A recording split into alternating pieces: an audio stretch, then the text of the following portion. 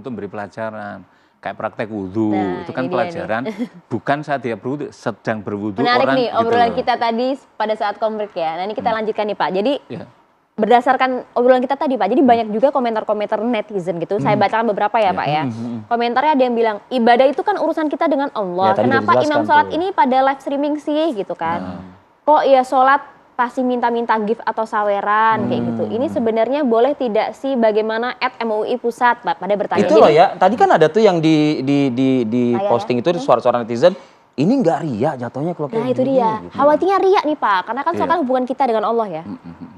Gimana Pak Ustadz? Ya kalau keinginan individual ya masuk riak lah. Oh gitu ya? Oh iya. Iya.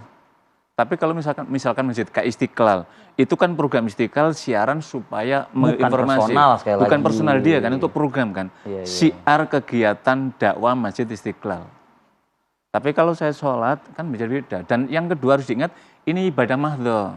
Kalau yang ghairu mahdho itu kan menyangkut muamalah. Itu kan hanya bicara masalah etik dan tidak etik saja. Ya, pantas dan Tapi tidak ketika iya pantas tidak pantas. Tapi ketika bicara ini bukan persoalan pantas tidak pantas. Ya udah. Tapi menyangkut Syariat hubungan ya. kita. Dan di luar itu maka ada dimensi yang namanya riak tadi itu.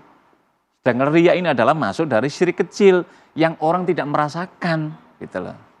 Kalau tadi Pak Ustadz bilang mengatakan ternyata sudah mendengarkan ya Pak Ustadz ya udah ya. Iya.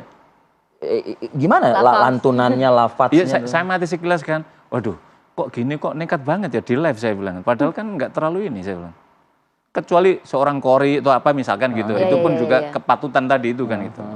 Nah itu dia tidak apa namanya kurang tepat gitu ya. Ya kurang tepat. lah. Kurang tepat. Tidak etis. Tapi berani pede gitu loh maksudnya Pak, live seperti itu Ya, gitu mungkin. kan. Ya kalau kita bahasanya kalau suudon kan mungkin ingin terkenal, ingin apa kita wallah Kalau alam suudzon juga. ya. Iya, Iya, wallah iya, alam iya. lah. Tapi kita selalu berhusnud mudah-mudahan dia maksudnya untuk siar. Yang kedua mudah-mudahan dia tidak ngerti bahwa konsekuensi TikTok live ini implikasi ekonomisnya tadi mudah-mudahan dia nggak sampai ke sana. Iya. Tapi kalau niatannya ke sana itu udah menjadi berubah sholatnya. Oke. Pak Berarti Ustadz, sholatnya karena materi. mudah-mudahan sini nggak lari dari tema kita ya. Ya. Cuman kan banyak juga ya Pak Ustadz ya. Masyarakat itu, contoh nih biasanya nanti dia sholat id nih. Iya ya. Biasanya sholat id tuh nanti tuh. Cekrek. Cekrek, sholat id dulu nih, di Masjid Istiqlal. Terus sholat id dulu nih di Masjid Pondok Indah. Waduh, sholat id dulu nih. Itu hukumnya apa sih yang kayak gitu-gitu tuh? Iya kalau soal itu kan menyangkut pada anania, kebanggaan diri. Sedangkan masuk dalam kebanggaan diri itu masuk dalam pelajaran akhlak yang kategorinya adalah termasuk tidak akhlak mulia. Oh itu sebetulnya nggak apa-apa. Kalau iya, kalau menyangkut Waduh, aspek itu. menarik nih orang. Kalau aspek itu, kalau tujuannya, lo supaya tahu nih, gua habis sholat malam ini di Istiqlal foto gitu, bukan saat sholatnya. Itikaf nih, bentar lagi nih kan itikaf nih, gitu kan, gitu kan. Tetapi kalau misalkan tujuannya gini, gua ada di Istiqlal, ayo kita merapat ke sini yuk supaya kita Iya. dapat itu. Ajakan. Nah, itu kan menyangkut ajakan. Atau misalnya kayak lebih kepada bersyukur nih, Masya Ah, Allah nih iya. tahun ini masih bisa berkumpul dengan keluarga, melakukan sholat id bersama, itu boleh nggak sih Pak? Iya, bisa Foto gitu. bersama gitu, Foto bersama itu hukumnya boleh apa? tapi kan. Ya kalau foto bersama boleh lah. Dengan niat bersyukur, Ekspresi kan. tergantung niatnya Mbak TV. Oke. Nah, MUI dalam hal ini, apa yang akan dilakukan? Apa yang akan mungkin ditindaklanjuti agar hal-hal serupa, Ya. nah gitu loh Pak Ziyad, tidak dilakukan lah gitu loh oleh Dan juga orang bahkan lainnya, diikuti gitu. orang lain. Iya. Ya kalau konteksnya semacam itu ya mesti kita harus mengedukasi masyarakat. Kita harus bisa meletakkan mana ibadah mahdho, mana ghairu mahdho, mana yang menyangkut sah secara fikih, tapi kemudian secara akhlak ini tidak pada tempatnya. Itu juga mesti harus disadarkan pada masyarakat.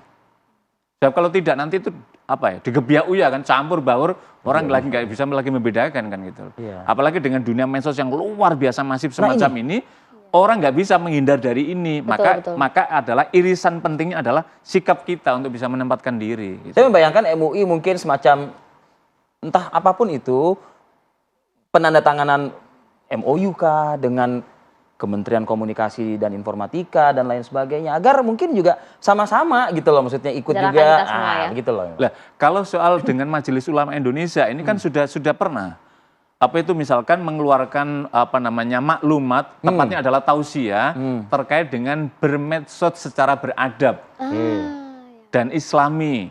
Sebab banyak orang yang tahu informasi tentang medsos tapi tidak tahu tentang rambu-rambunya dalam pandangan Islam. Salah satunya tidak menyerang personal, tidak membuka aib orang lain, tidak memamerkan dalam bentuk ibadah apa itu individual dia dan lain-lain sudah dijelaskan sana. Kalau dengan MOU dengan Kominfo itu kan mengenai terkait dengan bermedsos secara sehat dan beradab.